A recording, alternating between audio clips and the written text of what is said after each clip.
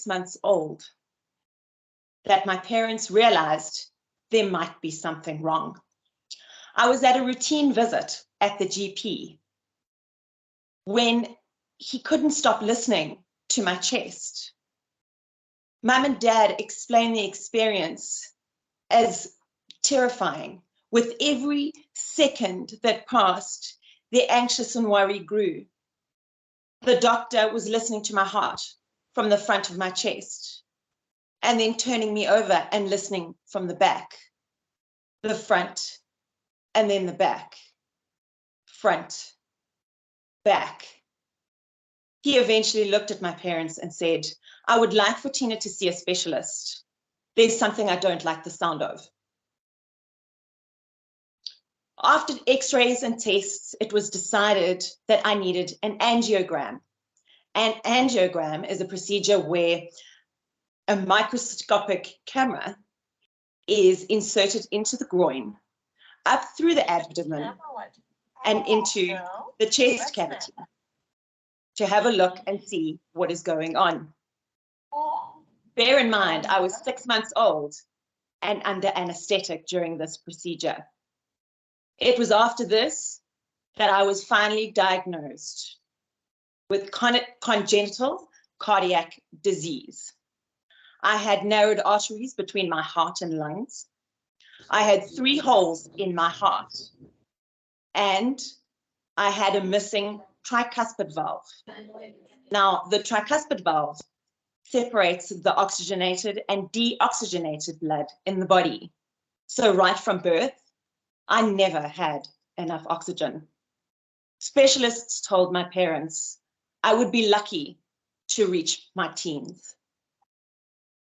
Like most teens, though, my mind was full of fun, friends, fashion, and boys. It was the school holidays, and we just got back from Cape Town. As you'd imagine, the kitchen cupboards were bare, and we needed to go on a grocery run. So Mum and I went to the grocery store.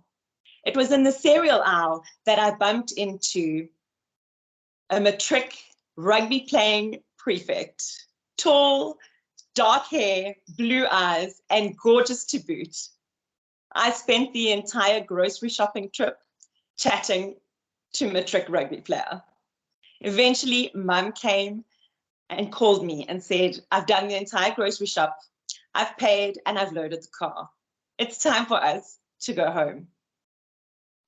We went home and unpacked the groceries. I was bursting with my news. I couldn't wait to tell Mum of everything matric rugby player had said to me. She made me wait until she had a cup of tea and she was lying on her bed.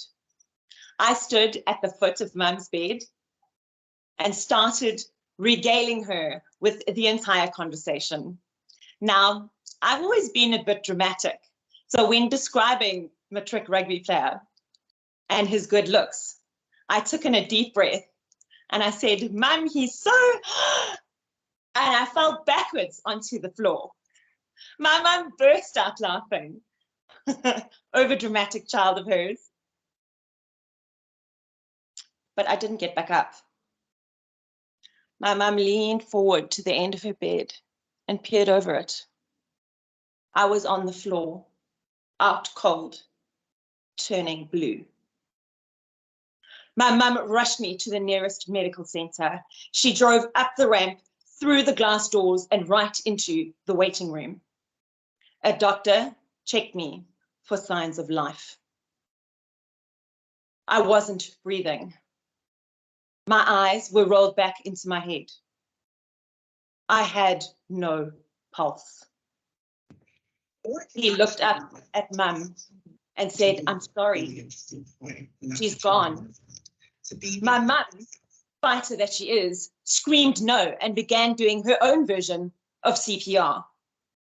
The doctor took over and they managed to keep me alive.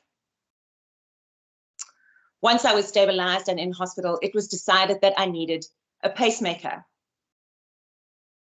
So a pacemaker will keep the heart beating. What had happened to me is that a heart, like any good muscle that works hard, had grown. Mine had grown to such an extent that the tendons that carry the electrical impulses from top to bottom had stretched so much that the electrical impulse couldn't pass anymore, and my heart had stopped. A pacemaker with the leads attached to the heart and inside the heart would be driven by a battery-operated device to ensure that if a natural electrical impulse didn't pass, and a mechanical one would. I was alive and I was saved.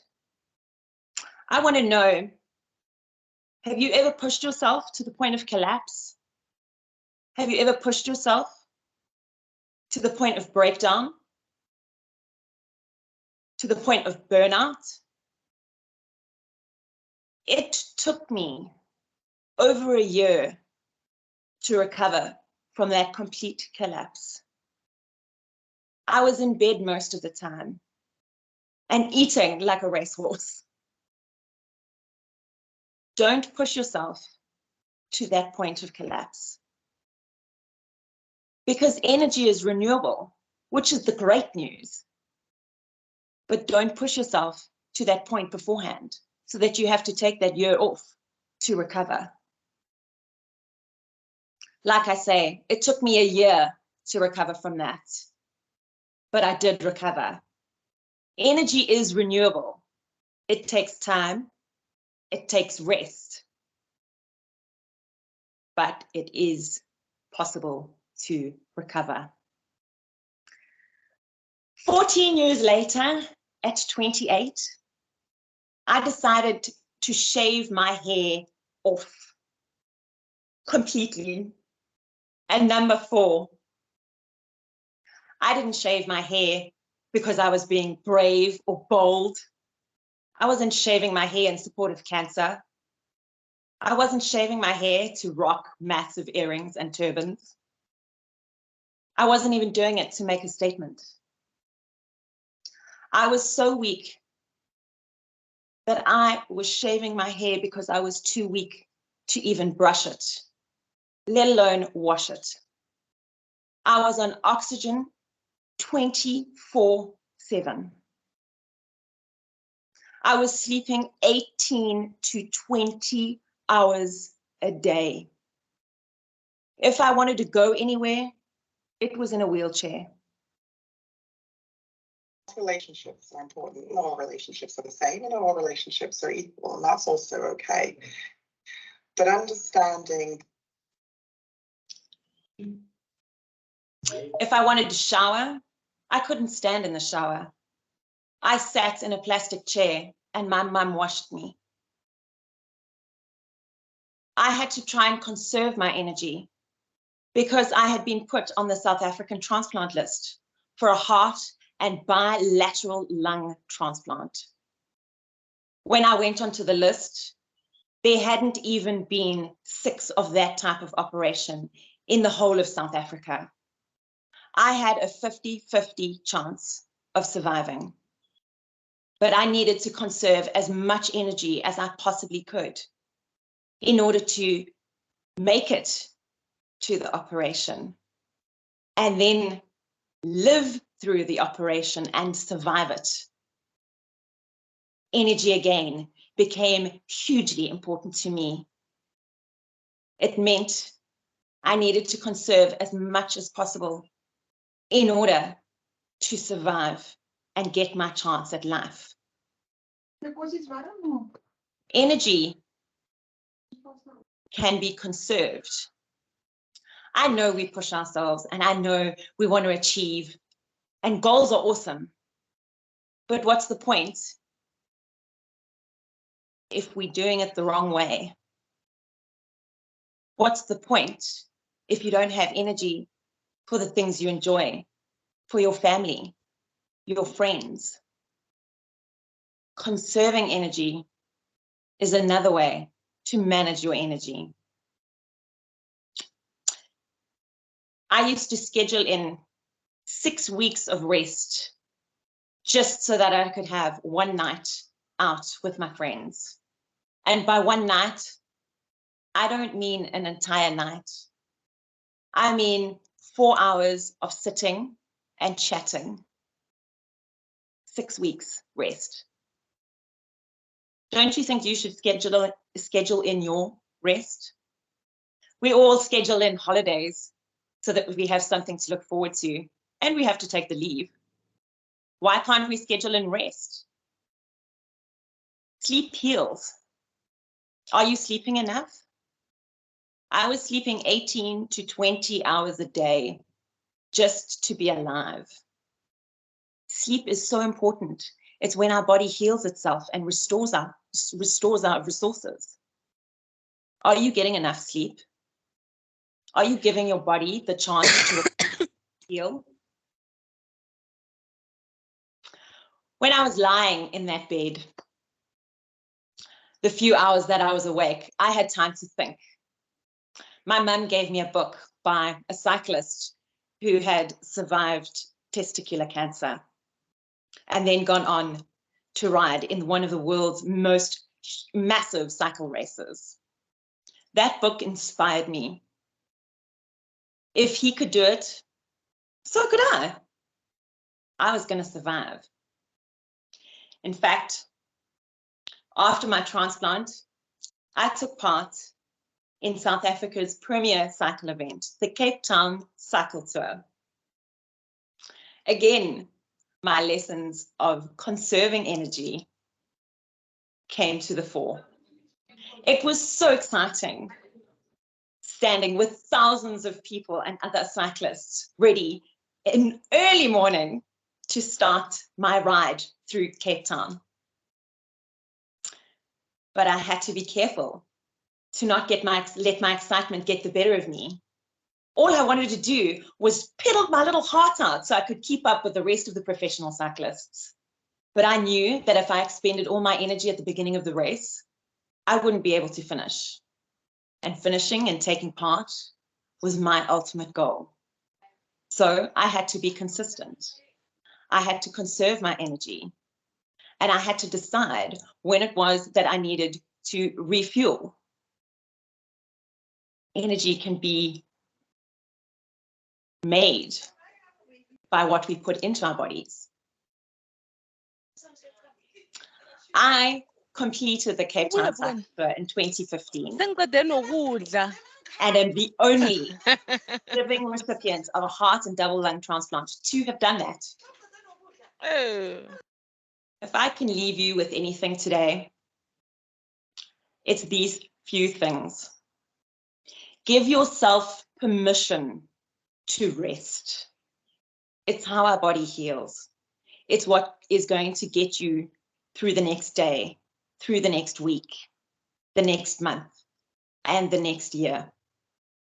Energy is renewable. It's important what we put into our bodies, because what we put in is the fuel that our body uses to give us more energy. And look for the signs.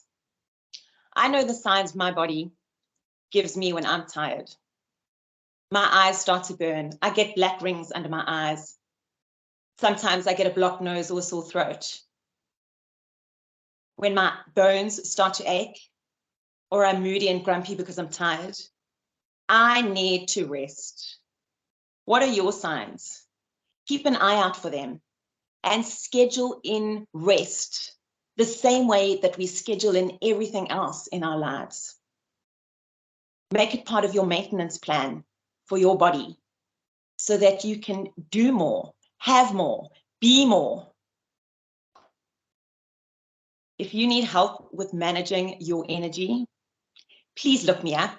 I'm on LinkedIn at Tina B Alive. Thank you so much. Are there any questions for Tina? Any questions? Colleen, I've got a question, or not a question as much as a statement.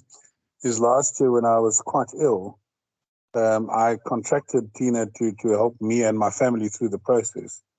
And one of the things that I think that most of us as business people do is we're very hard on ourselves and we don't forgive ourselves. And so one of the things that she taught me, and I still use it today, is that occasionally I will work to burnout, and then I'll phone her and say, now what? And she'll go, get into bed, forgive yourself, do it again.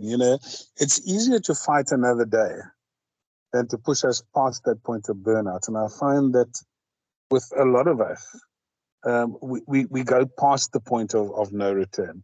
And I think when you're broken, there's no way back. So one of the things, Tina, thank you for helping me with that. I think it's just been really important for me to learn is that occasionally I've done more than I should have. And that for me has been an enormous bit of help. So thanks very much for that, Tina. Pleasure. Absolute pleasure. Tina, you having an upside down day, it keeps on. It seems to be that way. I was kicked out of the room 2 or 3 times. This seems to be not my day. Okay, Dorothy says in the chat, thank you. You're incredibly inspirational. Thank you. Thank you so much for listening. Fantastic. Any other questions for Tina? Hi. Tina, I've got. Hi, Tina. Yeah. Sorry, Okay. who's speaking there? My name is Egwono from Lagos, Hi. Nigeria. Hi. And hi. I don't know. Your story is just so, I guess inspiring would be the perfect word. But I was just thinking off the top of my mind, like, what does rest really mean? Does rest mean sleep? What is rest? And I think I would need help because I'm kind of someone who runs on divine steroids, if I'll call it that way. Because people always ask me, where do you get your energy from? But something that I'm beginning to know, or at least I'm trying to, that I'm becoming more self-aware about, is the fact that, when I'm done just being there and putting energy everywhere, I don't know where it comes from, then I arrive spent. So I sleep well, I don't have a bad sleep. If I need to sleep 6 hours, 5 hours, I sleep, so I don't have those insomnia and things like that. But I was just thinking very recently, which is why I'm happy that you're sharing. I was just thinking recently that how do I preserve or conserve my energy for times when I get to 100 years old, 120, like I really want to live that long. I don't want to be shaky and old because I've spent all that was allocated to me by the time I'm 60. So I start being shaky. How can you help me with that? What is rest and how can I really maximize that? So first of all, like I said, energy is renewable. You're not going to run out of it when you 60, 100. It is renewable, and it is renewable through a maintenance plan of rest and fuel, which is food that you put into your body. And conserving your energy becomes things like, can you do things while you're sitting instead of standing? And putting your feet up and just like going to sit outside and just putting your feet up and watching nature for a bit and just giving your brain a break. The brain never sleeps, but sometimes you just need that bit of refreshment and a change of scenery to renew your energy. I don't know if that answers your question. Thanks a lot. Any other questions for Tina? Tina, Dorothy says, how did you remain so positive through the whole transplant process? I believe that the positivity is what pulls you through. Absolutely. It's a mindset is definitely something that is key to getting through what I went through, and quite frankly, to the key to life.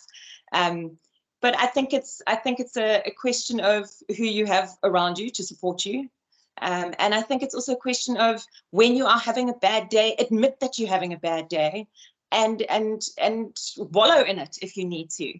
I think the key to being positivity is not false positivity. It's acknowledging your feelings, and only once you've acknowledged your feelings, positive or negative, whatever as soon as you've acknowledged them, that gives you the opportunity to say, yes, okay, I'm not having a great day. And that's actually okay. Give yourself the permission to have a bad day. And once you've had a bad day, tomorrow's a new day and you can start again. I think that is the key to staying positive in a situation like that. Tina, Linda says, what do you do to get yourself out of a bad day slump? So I think that's a good question to follow on from what you've just said. And we all have them, don't we?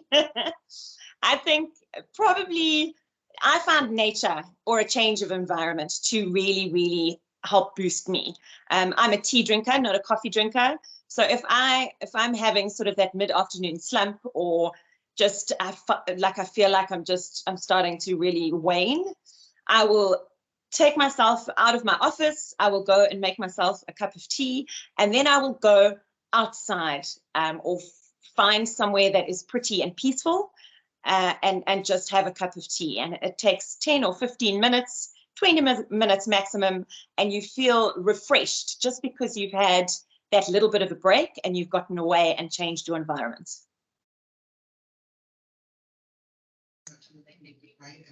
I've got a question for you. So, being an entrepreneur is great. It's easy. Get away from your desk, go and recharge and that. But I suppose, in a corporate environment, it's so difficult to find that time, I think, especially as women, because we feel we have to be always on. And what are some of the tips that you would recommend? Like just is it meditation? Is it whatever?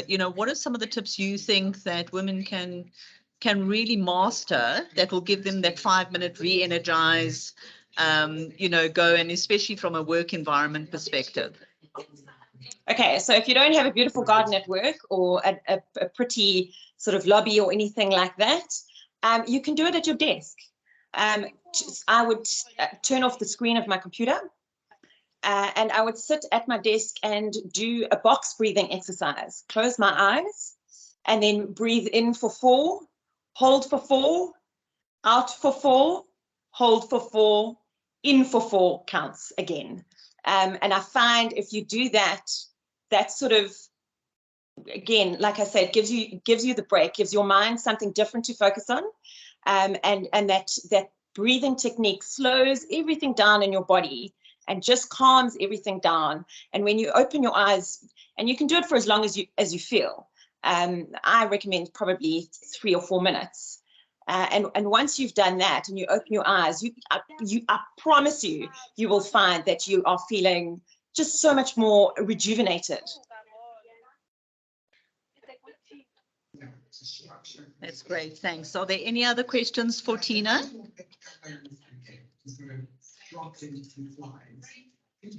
No, but you are getting claps.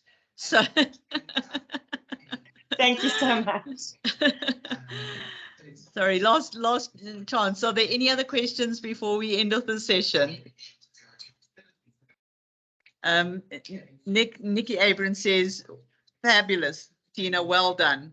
Okay, so yeah, Nelly says, what tips would you give a single working mom who has not had any proper sleep for 4 years since giving birth and had very little to no support? Shame. Sure, that's a very, very hard one if you've got no support, and it's tough being a single mum. I'm not a mum myself, so I'm not speaking from experience. But try and find a way. I don't know if you could perhaps get your 3 kids to go and visit a friend, and you could just have a day to yourself where you could sleep in. I think if you could look me up on LinkedIn, and I could help you privately, and we could work through some solutions for you, so that I could find out sort of if you have friends and family or schools or things like that nearby that could offer you some support.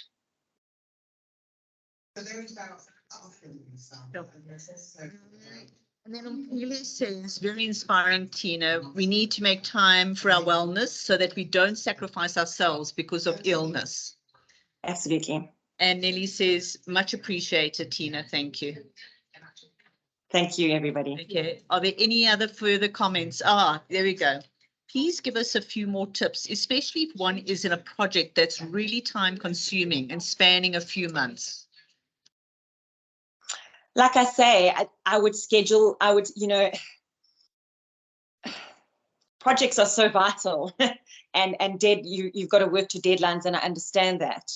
But if you don't time block and schedule in rest, you're not going to find the time for it. So if you have a deadline and it's 3 months, then at least sort of once a week, schedule in a day where you can just, or a morning at least, where you can just go slow. Because rest helps you to go faster in the times when you are on, if you will, working and during the project and things like that. You are so much more productive once you've had that little bit of rest. So it's so vital to schedule it in so that you can be the most productive that you can be and meet those deadlines. What do you do when you are trying to... That's phenomenal. Okay, Tina, I don't see any other further comments, and we come into the close of the session. So thank you once again, Tina. Really appreciate your time. As Tina said, please look her up on LinkedIn, connect with her. If you need to get hold of her, you know, Andre's online. You can get hold of Tina through Andre, or you can get hold of her through me, and I'll put you in touch with Andre and Tina. Thank you once again, Tina. Really appreciate you taking time. What a phenomenal story you've got. So have the most awesome afternoon, everybody. Will you link back into the main link now? We're going to be starting there in 5 minutes with the next session. Tina, thanks so much. Thank you very much. Bye-bye now.